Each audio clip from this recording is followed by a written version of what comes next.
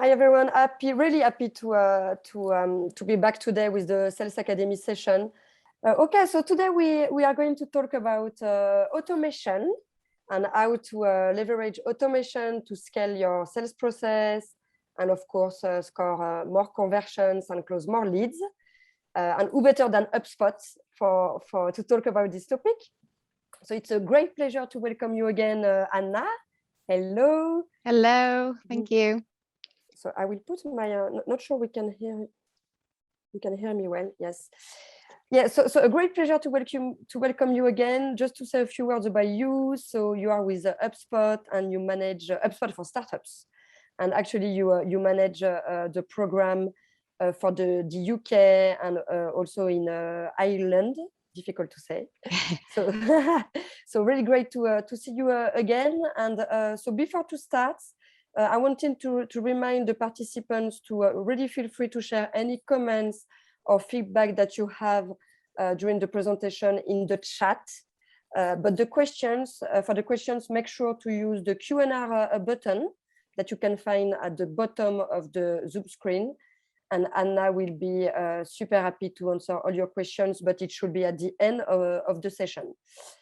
Okay, so that's it for me. That was really a few words, and I hand over to you, Anna. Thanks, Olivia, and thanks to everyone. Hope you've enjoyed the Sales Academy. I was, I think, one of the first speakers along with my colleague, Caitlin, back in September. So doing the prospecting workshop. So maybe you joined that, maybe you didn't, but happy to be back anyways. And thanks for joining today. So today we're going to be talking about, as Olivia said, thanks for that introduction, so leveraging automation to close leads. Olivia's already given the introduction, but just as she said, I'm Anna. I cover HubSpot for Startups for UK and Ireland. And just to give a little bit of an insight to what HubSpot for Startups is. So first of all, we have educational resources and tailored training. So we do we do different workshops for our partners like WeWork, and also larger scale kind of webinar series. We have an integrated platform for startups with access to over 300 integrations. And as well as that, we have startup friendly pricing. If you're part of a partner like WeWork, you could be eligible for up to 90% off. So you can check that out in your WeWork Labs portal. So just to go into a little bit on the agenda for today, I'm going to do just a quick touch on growing your business inbound, then jumping into what is sales automation, which helps to save your sales team time, a little bit on trigger events and capitalizing on hot leads, then jumping into marketing automation. And then at the end, I'm going to do a quick demo just of creating a workflow in HubSpot just to bring everything to life a little bit. So that'll be at the end, and then I'll do a Q&A, so please do submit your questions, and then we'll try answer all those at the end. So first of all, what is the inbound methodology? So you might have heard this if you've attended some of the other HubSpot sessions, but just as a recap, so it's really the method of growing your organization by building meaningful, lasting relationships with consumers, prospects, and customers. That's all I'm really going to say on it, but essentially it's important as we look at automation today, because automation is really about giving context to some of your conversations. First of all, like having being able to have behavioral data on your consumers, be able to reach out at the right time, being able to attract them in an inbound way, like through inbound content, things like ebooks, webinars, everything like that. So I'm just going to leave you with this quick quote, as it is kind of integral, or it is important to what we're going to be discussing throughout today. So first of all, kind of touching first of all on sales automation, and then as I said, I will be jumping into marketing automation. So what is sales automation in simplest? So sales automation is essentially the process of using software for manual, time-consuming sales tasks. I can't remember the exact stats. I think I have a survey I can pop in the chat at the end. But sales reps spend a lot of their time, rather than selling, they spend that on can be spending that a lot on administrative tasks. We want to get them actually selling, picking up the phone, being able to do calls, demos, everything like that. So just a couple questions here for kind of food for thought. So have you ever lost a deal because you forgot to follow up?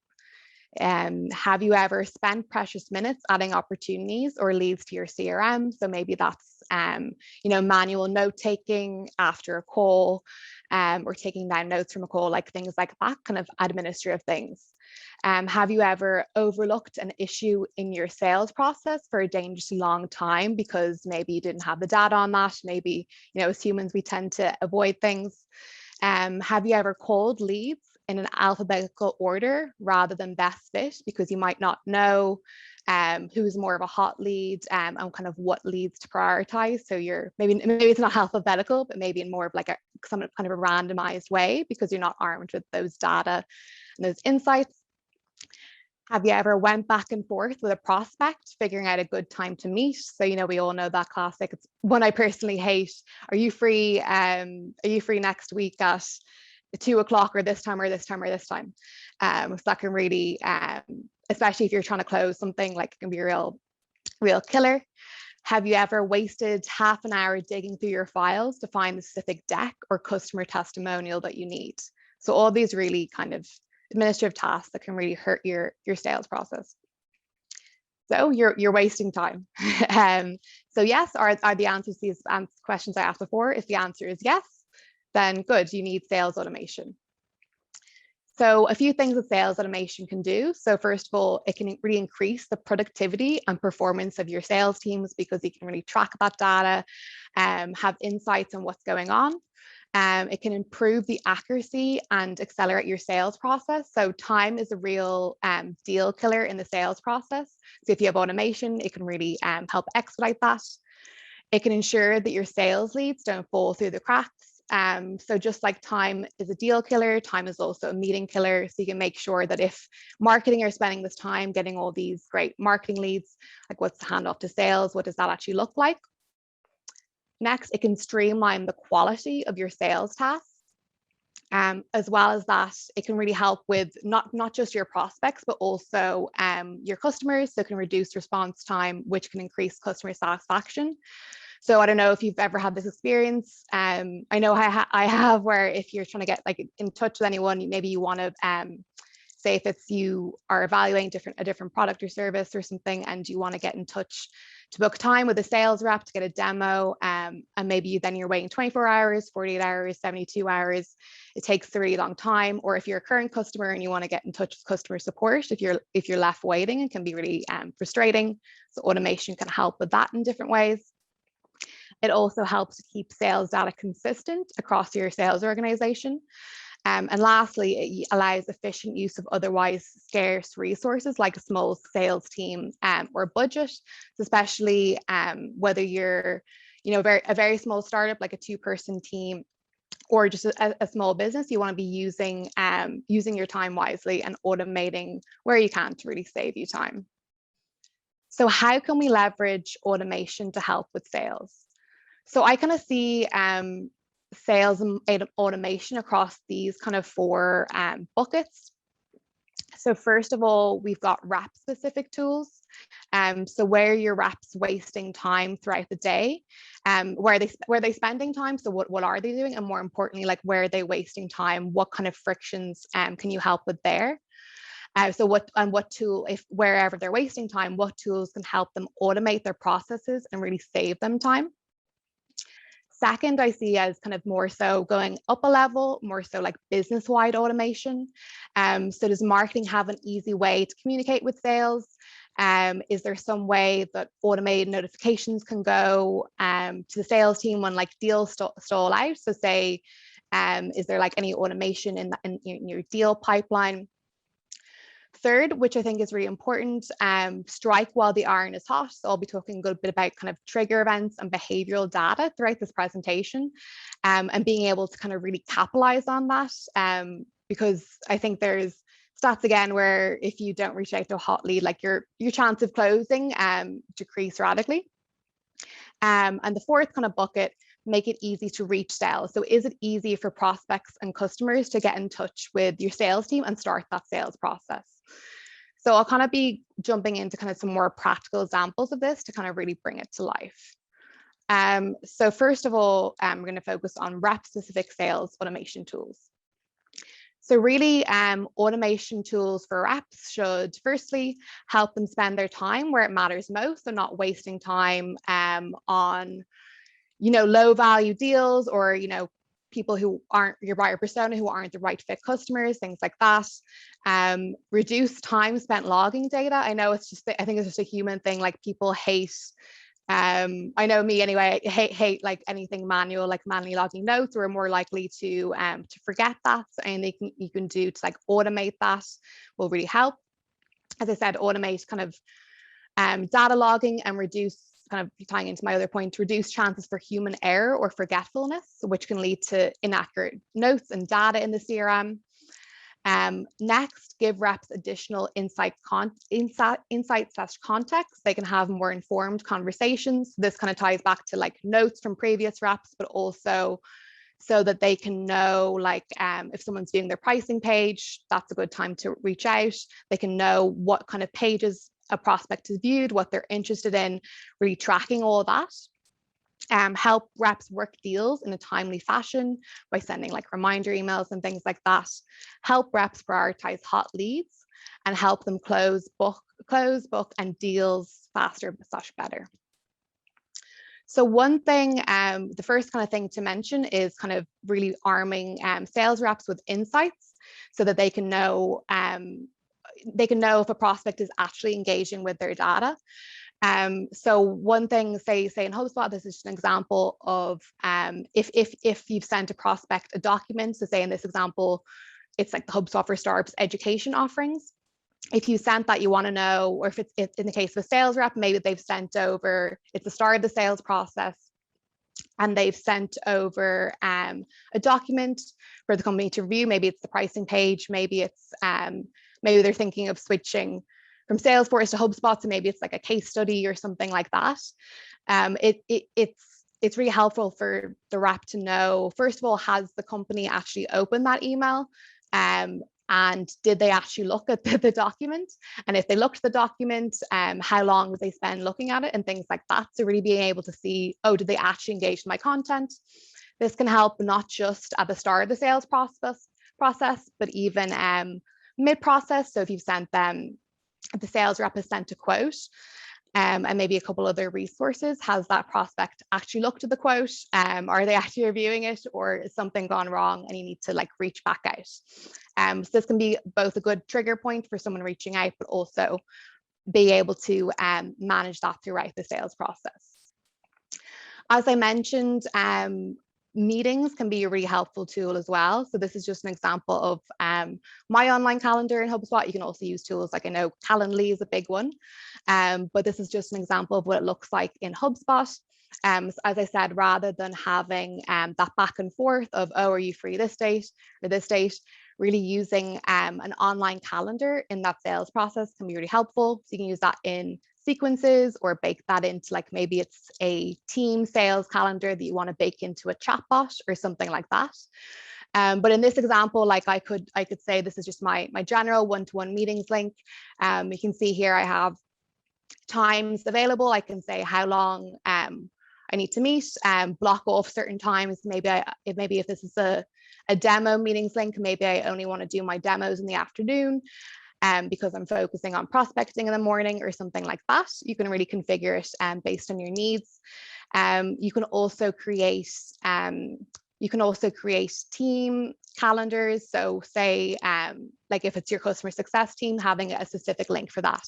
And just to note as well, I think I probably should have noticed this at the start, but some of the screenshots I am using are, of course, screenshots from the HubSpot tool, but there are like different kind of CRMs, marketing automation tools. So just think of this more so as like a strategy, and you can use some of these depending on the tools that you're using or thinking of using. When we go into that calendar as well, something I always say to people to do, and something I use in my online calendar too, especially like I'd work more so with partners a lot, but a lot of the time you want to make sure that you're actually using qualifying questions in your calendar that they have to answer before they book a meeting. And this can really help you qualify, first of all, like, are they actually going to be interested? Say if you're in sales and you're trying to sell to this company, and make sure that they're actually interested in potentially buying your product or service. Are they looking for a demo on the call? Are they just looking to explore something? It can help you disqualify then if you think like it's not worth your time, but it can also help you qualify and really prepare for that call so that you know what to expect going in and that it can be as productive as possible. So this can essentially just be set up, say this is an example of the meetings tool in HubSpot. You can very easily just set it up in the settings and ask any kind of qualifying question that you want that they have to answer before booking, which can just be really helpful. Automatically logging activity. So as I said, being able to automate, adding notes, but also adding any kind of emails directly can really save you time. So with other CRMs, you can integrate as well with, I'm sure, different email tools. With HubSpot, you can integrate with the domains like Gmail and Outlook. So this is an example here of my email integration. So you can see here I've just integrated with the Gmail tool. And you can send everything directly through here, and then the contact record will be automatically added to the CRM. I can send emails through the HubSpot CRM or through my email, and then everything you can see here on the right-hand side, like that, it's automatically set to track. Unless usually say if I'm sending emails to someone in HubSpot, I might not want to track it, or I wouldn't that be on the never log list, so I wouldn't be logging different emails from people within HubSpot. But you want to be able to track those emails to see, as I said before, are they actually engaging with their content? Are your prospects reading the emails? What does that engagement look like? So a trigger event, I'll talk about this a little bit now, is really any occurrence that creates an opening for sales or marketing opportunity. And sales and marketing automation workflows use trigger events to enable small organizations to scale customer interactions. I'm just going to take a sip of water 1 sec. So here's a couple example of trigger event use cases. We talk about these a lot in HubSpot. I think they're really important for any kind of sales org. So a couple examples of a trigger event use cases might be, and you can scan this in depending on your industry, like you might have specific places to look, different communities, different forums, or you might want to look on LinkedIn, different news adverts, depending on where you live in the world. But you can set up different daily alerts so you can get this information. But like Google Alerts actually is a great one. But a couple of examples of trigger events are, first of all, maybe something like the company, your target company has hired a new executive. Maybe usually this is all over LinkedIn. So they might say, oh, we've hired a new CMO, or we've done this or that. They'll usually be advertising that. Maybe there's a new role for a current contact. So this can be an interesting one to say if you might already have, either you already have the contact or you see it on LinkedIn, but if someone, say, has moved from, marketing exec to marketing manager, and they're the only contact you have, but now they have decision-making power because they have, more control over the marketing budget, then that can be a great reason to reach out to them and say, hey, let's have some time to chat, blah, blah, blah. All that context will really help. Is there a new customer announcement? So if they announced that they've recently closed a customer, or if they have a new product or service offering, or maybe they're reaching into new international markets, the first time, say that if it's an Irish company, first time they're launching in the US or something, that's a big deal. An interesting one as well is if a competitor of theirs announced a new product or service offering. So this would really show that you have, insight into their industry, because you know about their competitors, and you might want to, that might be nice to reach out to them in that context as well. Another one is if they report this publicly, do they have a really good or a really bad quarter? That could be an interesting point to reach out as well. Say if they reported it publicly and it's a bad quarter, then maybe there's something your company can do to help. Or if it was good, then maybe there's something you can do, depending on your product, to bring them to the next level. And next one might be any industry changes. So again, this might depend on your sector. Say if you're in, I know a company I used to advise at Enterprise Ireland was focused on like electric vehicles. Obviously, there's a lot of and another company was like had electric scooters, a lot of like regulation changes around that in Ireland, a lot of different things going on environmentally in the world. There's always a lot of different changes around that. So maybe if there's something that changes in their industry, again, maybe there's something that you can help with, that could be a good time to reach out to. Next, on something like we'd use at HubSpot a lot would be a funding announcement. So this is probably one that people use a lot, and the company's probably getting reached out to a lot. But say if a company announces they've raised Series A, Series B around, they've got a few million, maybe they've said in their press release they want to use that to help scale X, Y, and Z, then that's a really good trigger to reach out as well. And when you're thinking about if as a sales rep, if you're really scanning this environment, doing your research on LinkedIn, as I said, on different news outlets and everything like that, to really automate that, that outreach to what could be a really manual, otherwise manual kind of process, something you can use, which I use a lot, I find really helpful, is speeding up your outreach with sequences. So this is just kind of a screenshot of how it works in HubSpot, but essentially you can set up different steps sequences, and then it'll send out automated emails. So you just have to essentially create a group of templates to bake into your sequence. And then after that, that's created, there's different like personalization tokens baked in. So it's like contact first name as an example of a personalization token. You won't have to, copy and paste and manually do that. You won't have to send the next email. You can really bake that in to make sure things are going out in the background. So you don't have to, as a sales rep, you wouldn't have to focus on manually following up with people.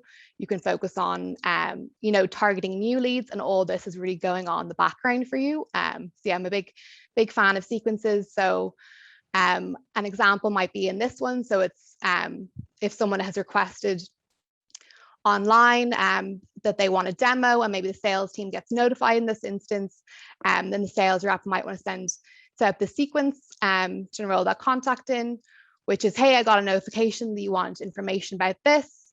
And then if they don't answer, if you have their phone number, maybe you want to set a task to follow up.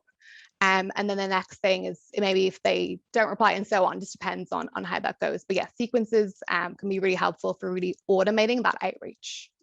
Moving on more so to business-wide sales automation tools.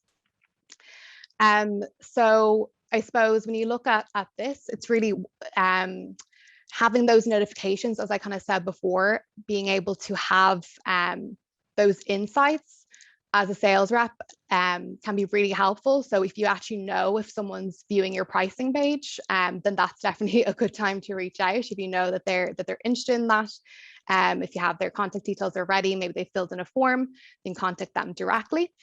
And essentially you can set up a workflow for that to notify the rep this contact has viewed the pricing page. Now is a good time to reach out. It's just making it easy for the sales rep to reach out with that sense of context. And next might be kind of workflows in a kind of a simple sense, is like being able to create things like kickback emails if someone submits a form on your website or one of your landing pages. So an example of that kind of top of the funnel might be guides or ebooks or things like that. So like HubSpot uses this a lot. Like we have a ton of content, kind of free content that's free content, but it's gated. So people will get the free contact in exchange for their contact details. So we'll gate that, and then we'll be able to have those contact details moving forward. So it could be a guide, an ebook. It could be registering for a webinar series or something like that. And then bottom of the funnel might be a request for a demo. Another one to do, I know this we use lots, say in e-commerce, is like form abandon. So maybe if someone started to complete a demo form on the website, but they didn't complete that, then you want to be able to set up a workflow to say, hey, where'd you go? Please complete the form. And then maybe if they don't answer that, maybe the sales rep could, if they have the contact details, they could follow up after that. I already kind of talked about email sequences a bit, but this is just one more kind of another plug for automating your follow-up. Another thing just to mention, I think that in general, like and I'll jump into more so the marketing automation piece in a bit, But in general, a lot of companies, that this is a generalization, but can be very good on measuring the effect of different marketing campaigns. So say measuring the success of a newsletter, doing A/B testing on email marketing campaigns, seeing if they worked, what are the open rates, click rates and stuff on those marketing campaigns, and really iterating on that.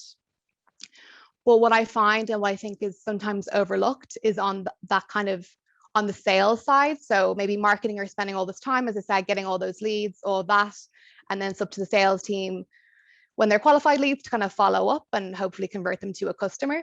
I find that often maybe sales reps are kind of left to their own devices in terms of those sequences. They don't know maybe necessarily, are these sequences working? What are kind of the stats on that? Is there something I need to change in my outreach? So really having, being able to kind of measure the success of that through things like, through, this is an example again of a screenshot in HubSpot, a sales dashboard where you can really see what are the top sequences by reply rate, for example. So there's no point in automating what doesn't work. So I'd say really measuring success after testing different sequences and things like that, and then seeing what you can improve. Yeah, so no point in automating something that doesn't work. And then just a call out here on the differences between kind of sequences and workflows, because I'll go into workflows more so and talk about the marketing side again.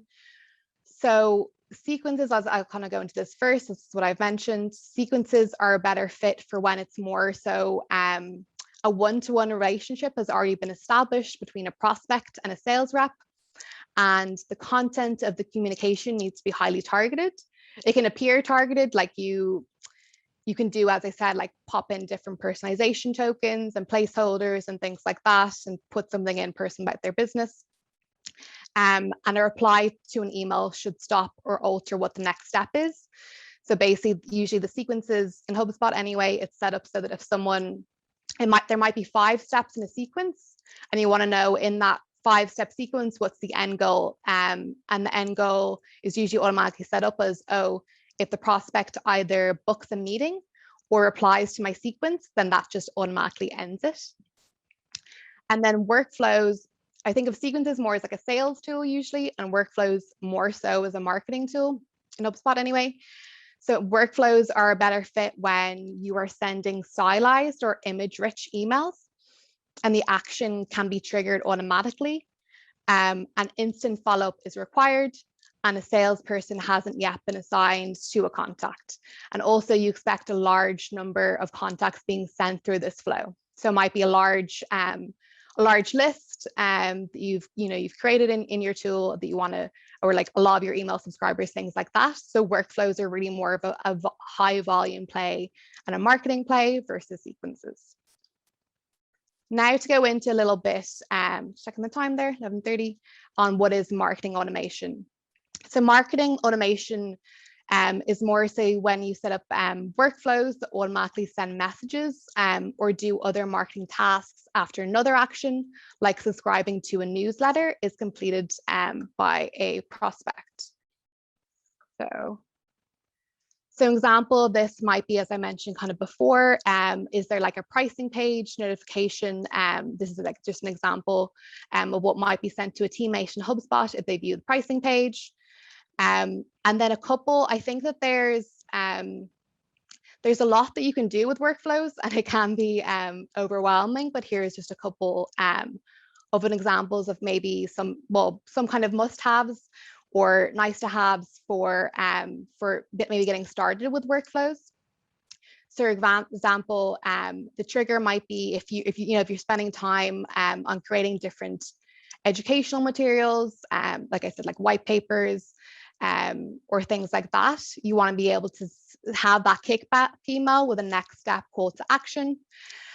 Maybe if the trigger is the prospect or the customer took one action in a series but not the next. So maybe my example of like they started to fill out a form and then they never completed it. Maybe the automation is automatically sending them related content. And maybe the trigger is they viewed specific content demonstrating buying signals. So maybe that's pricing page, or they were looking at maybe a case study on your website, or things like that. Then the automation might be, an automatic notification to your sales team. So I am going to just jump in, just bear with me for a second, into the tool here, just to bring this to life a bit, for what this actually looks like in HubSpot. So first of all, I'm mainly just going to focus on the workflows tools, but if there's something else you do want to see, let me know. As I said, there are different marketing automation tools. This is just an example of really what it looks like in HubSpot. So as you can see here, you can create, this is just, I just went into automation workflows in HubSpot. You can create different types of workflows. So first of all, there's more of like a contact-based workflow, a company-based workflow, a deal-based. So deal-based is helpful, say, for automate, like making sure that the deal, that your sales pipeline doesn't stall, that things are being automated, that those deals are being automated. And then ticket-based, so making sure, as I said before, really using this so that people can get in touch with your team quickly if they have, customer support issues or things like that. Now, you can either start from scratch, or there are a couple of pre-built templates in a HubSpot here. So here's just an example of like nurture first conversions and things like that. So I might try today, open this window, do kind of a quick template one, and then I'll do a start from scratch one. So I might just do,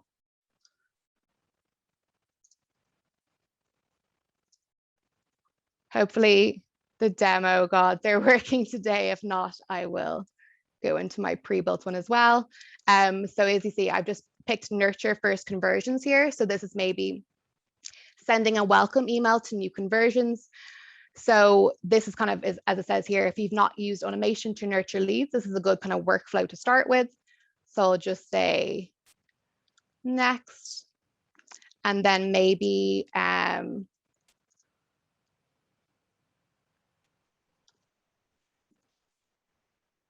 yeah, it's working now. I'll just test here. So this would be a pre-built kind of email you'd have here. Oh. And then click next. And then you can pick, is that because these are templates, there's a couple of pre-built things here. So you can pick here, how long do you want to wait to send the next email? So in this case, I'm going to wait 3 working days is fine. And then what's the follow-up? So the follow-up might be if they've subscribed. I'm just going to pick the still interested one because it's there. And then click create.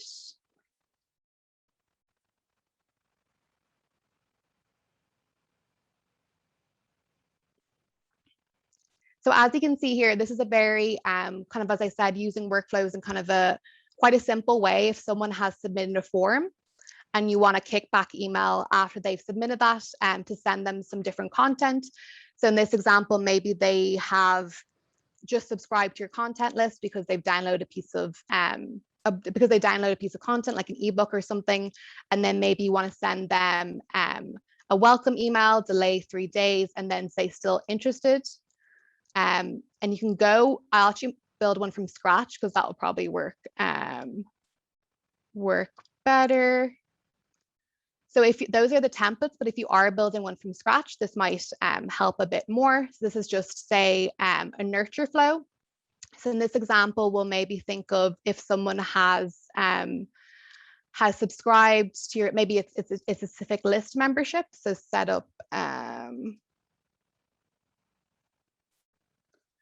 So maybe if someone is a part of your marketing list, so maybe they've you want to target people after a webinar, or if you want to target a specific list, I might do, maybe these are people who have come in through your Facebook ads. So I'm just going to do Bool VIP list and then apply filter.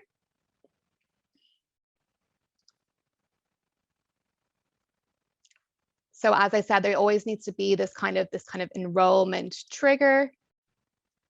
And then maybe you want to delay, maybe they become that's the limit for them being enrolled. And then you want to delay until Wednesday. And then maybe you want to, you can see here, like there's a lot you can do. You can do delays. You could enroll them in a different workflow. You can do internal communication or external. So internal might be sending an email to a sales rep to say this is a hot lead, but external might be sending them another email. So you'd want to have some of this content pre-built in your email templates. To say, I think I was going to do, let's just see.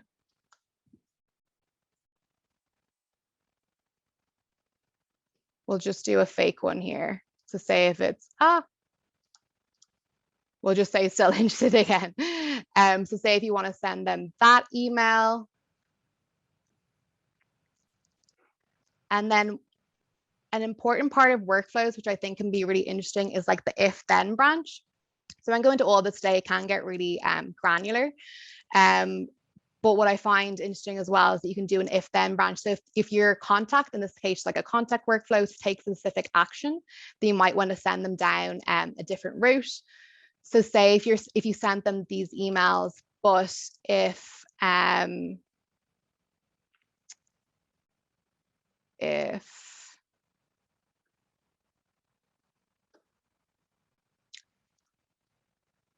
let's see. So say if the email, if the if then branch is if the email bounced, you might want to, that might want to be stopped. Or if they open the email or they weren't engaging or they hadn't seen all your content, something like that, you can essentially create an if then branch as well. So essentially you can send them down different paths so that if they bounced, then you do want to send them down a different path. You can make it really complicated. And then maybe say if they engage in a certain way, maybe you want to send an internal email notification, and you can select a specific team or select a specific owner. So say if they're already in your CRM, you want to send it to the sales rep, that you can set it up in that way. So that's just a little bit of an example of how workflows can work. I think I have that set up there as well. So yeah, I can show other things in the tool, but that's just a quick example of how the workflows can use. You can use them in lots of different ways. It really just depends on your specific use case. So I think that's most of it. I kind of sped through that, but I'll just go back into my presentation. So as I mentioned, this presentation is by HubSpot for Startups. As I said at the start, we offer educational resources and tailored training, an integrated platform for startups, and startup pricing up to 90% off. And if you do want to learn a bit more, we do have weekly startup office hours every Wednesday, which is rotate throughout my team. We are, as you can see from the other HubSpot for Startups team members who partook in the Global Sales Academy, we have the international team, and then we have our Americas team as well. So the international team has office hours every Wednesday. It's 10 a.m. CET, so 9 a.m. kind of GMT UK time. And you can register there if you want to, if you have any specific questions, or you can reach out to me directly by email or on LinkedIn.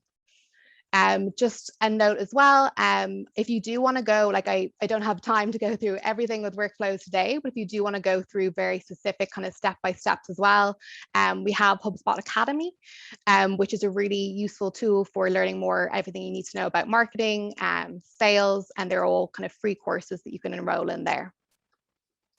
First of all, thank you so much for this insightful presentation, and I really appreciated also the demo, because that gives us really a better understanding of on how it can work actually. Okay, thank you so much. And so with the Sales Academy, we are back next Tuesday, because tomorrow is a bank holiday in France. So this is the reason why we're not meeting tomorrow.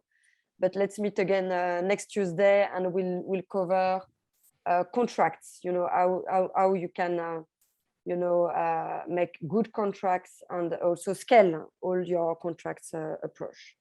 Okay, thank you so much, Anna. Thanks, Livia. Enjoy the bank holiday. Thanks for everything. Thank you. Bye. Bye-bye.